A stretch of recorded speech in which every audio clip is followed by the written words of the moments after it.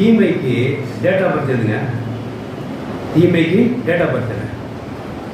ஒரு தீமை ஒரு இடத்துல பிறகுன்னா டேட் ஆஃப் பர்த் எதுவாக இருக்கணும்? அப்போ இல்லை என்ன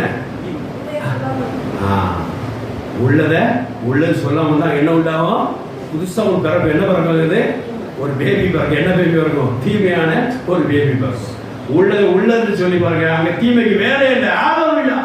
நீங்க உள்ளதுன்னு சொல்லாம மறைக்கும் போதுதான் தீமை அங்க உண்டாக்குறது. தீமை அடுத்த தலையெடுத்து வருது. யார்கிட்டலாம் நீங்க உள்ளது சொன்னா அந்த இடத்துல தீமையை விதைச்சிட்டு போறீங்க. பின்னாடி எலும்பு பாருங்க, அது குழந்தையா பாக்குறீங்க. அடுத்த வாரம் பாருங்க, கொஞ்சம் 6 மாசம் குழந்தையா எட்டி பார்க்கிறோம். ஆமா, ஒரு வாரம் குழந்தை வளரும். அந்த தீமை குழந்தை, நான் எதுக்கு குழந்தைய உதாரணம் சொல்ல தெரியுமா? அது வளருது. ஒரு கல்னு சொன்னா பரவாயில்ல, அது அங்கேயே தான் கிடக்கும்.